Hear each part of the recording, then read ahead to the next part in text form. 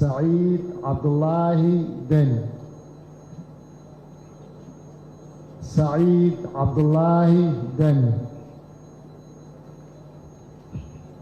سعيد عبد الله دني. madaxweynaha Puntland mudane Saciid Cabdullaahi Deni oo isu taagay tartanka madaxweynaha Jamhuuriyadda Federaalka ayaa guuldaro kala kulmay kadib markii uu ku haray wareegga labaad isagoo hogaaminayay wareeggii u horeeyay ee doorashada. Su'aasha dad badan isweydiinayaan ayaa ah maxaa sababay guuldarada Saciid Cabdullaahi Deni? Sidee ku dhacday isagoo hogaaminayay wareeggii koowaad inuu ku haro kan labaad?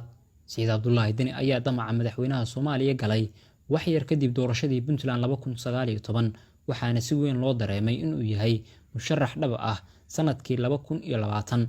haddaba si uu u gaaro hadafkiisa waxa uu samaystay istiraatiijiyad isaga u gaaraya farsamooyin.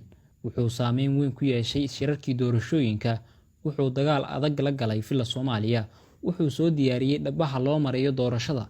waxa uu ku guuleystay in ugu yaraan uu helo hal dowlad goboleed oo isaga u shaqeysa. wuxuu urursaday dhaqaale ku filan oo lagu qiyaaso 20 milyan oo dollar.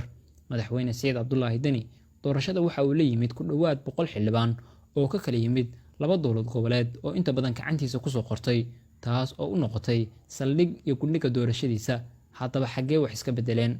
saaxiibadii ugu dhawaa Saciid Deni ee ay hogaaminayeen xildhibaan Cali Xoosh iyo faroolayaal ayaa la dhihi karaa dhabarka ayay ka toogteen, waxayna ahaayeen kuwo si weyn u haya xogtiisa, mid dhaqaale iyo mid istiraatiijiyadba.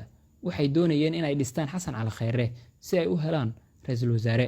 qorshaha ra'iisul wasaaraha ayaa soo bilowday sanadkii hore, waxaana ay ku guuleysteen in xildhibaano gaaraya 13 ay u codeeyaan Xasan Cali Khayre. saaxiibada ka shaqeeyay guuldarada Saciid Deni ayaa qorshahooda ugu weyn u ahaa in ay muujiyaan awoodda ay ku leeyihiin Soomaaliya, sida in ay horay Puntland ugu guuleysteen inay dhistaan Saciid Deni, haddana ay ku guuleystaan Soomaaliya inay dhistaan Xasan Cali Khayre si ay u helaan ra'iisul wasaaraha, taas oo fududeynaysa in ay Puntland maamulaan 10 sano ee soo socota. damacaas waalan waa midka keenay inay dhabarka ka toogtaan Saciid Cabdullaahi Deni oo ay dhex galaan xildhibaanadii uu soo xushay oo la aaminsan yahay in 13 ka mid ah ay u codeeyeen Xasan Cali Khayre, halka qaar kale oo badan ay u kala codeeyeen Xasan Sheekh Maxamuud. sida xogo lagu kalsoon yahay sheegayaan waxa madaxweyne Deni qayb ka ahaa guuldaradiisa madaxweynaha Jubbaland Axmed Maxamed Islaan Axmed Madoobe oo isbedel ku yimid, qaybna ka noqday baadi goobka ra'iisul wasaaraha. tiro aad u yar ayaa xildhibaanada Jubbaland u codeysay Saciid Deni. wareeggii hore ee doorashada waxaa si weyn ugu codeeyay Saciid Deni xildhibaano badan oo uu dhaqaale siiyey oo ka kala yimid qaybaha kala duwan ee Soomaaliya, kuwaas oo aaminsanaa in tirada ugu badan isagu helayo oo uu yahay madaxweynaha cusub. waxaase muuqday inaanu garab iyo gaashaan ka haysan mucaaradkii ay muddada dheer soo wada shaqeeyeen oo iyagu isugu shubay. waxaana taasi keentay inuu ku haro wareegga labaad kadib markii 3 cod oo kaliya ay u kordheen.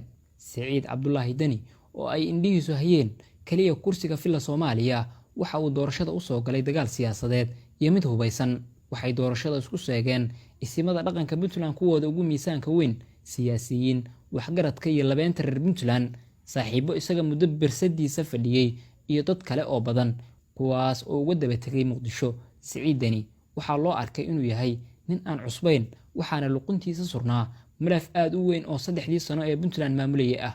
haddaba ciyaartii nabadii nolol, istiraatiijiyadda nabadii nolol ay doorashada ku soo galeen ayay diiradda ku saareen 2 musharax oo kaliya. in wareegga koowaad lagu reebo Shariif Sheekh Axmed oo ay aaminsanaayeen inuu khatar ku yahay, iyo in lala dego Saciid Cabdullaahi Deni oo ay dhici karto in madaxweyne Farmaajo ay isku meel ka kalluumaysanayaan oo ay isku saldhig yihiin. taasna waa hirgashay in madaxweyne Farmaajo la yimaado geesinimo uu ku sii socon karo wareegga labaad isagoo laga horeeyay wareegga koowaad, isla markaana natiijo fiican ka keenay wareegga labaad ayaa keentay in ay albaabada ka xirto Deni iyo Khayre. waxaana la dhihi karaa tanaasul la'aanta Farmaajo waxay ahayd guuldarooyinkii Saciid Deni. siyaasaddii isku sidkanayd ee Puntland iyo Jubbaland ayaa keentay in mid ka mid ah loo isticmaalo hoolka doorashada, iyada oo horey loogu guuleystay in shaki la kala dhex dhigo Puntland iyo Jubbaland, taas oo bilaamatay doorashadii shirguddoonka labada aqal markii Deni ku guuleysan waayay in uu xakameeyo xildhibaanadii uu soo xushay. dhanka kalena qaar ka mid ah xildhibaanada beelaha Hawiye ayaa ka xumaa in Axmed Madoobe uu shaqo ka dhigto dhisitaanka Saciid Deni oo kaliya, iyaga oo sheeganaya in ay abaal ku wada lahaayeen taasna loo arkay siyaasad qabiilaysan, waana midda keentay in howlka doorashada laga arko wareegga labaad in lagu dhiso xasan sheekh maxamuud oo aan loo kala harin. Ma jirin fursad ka wanaagsan oo soo martay Siciid Cabdulaahi Deni, madaxweynaha Puntland uu ku noqon karay madaxweynaha Soomaaliya. Waxa uu dhistay dhammaan fursadaha suurtagelin kara in uu guuleysto, laakiin habdhaqankiisii ahayd in aan waxba xeerin Puntland dagaal kaga soo tago waxay dhaxal siisay guuldarro aad u weyn oo dhan kasta ah, waxaana fursaddii ka faa'iidaystay mucaaradkii kale ee aysan jirin shaqo badan oo ay geliyeen xildhibaanada. Haddaba doorashadii waa dhammaatay, waxaase yaalla dhaxalkeedii, waxaana la isweydiin sida Siciid Deni u dhaqmo doorashada kadib.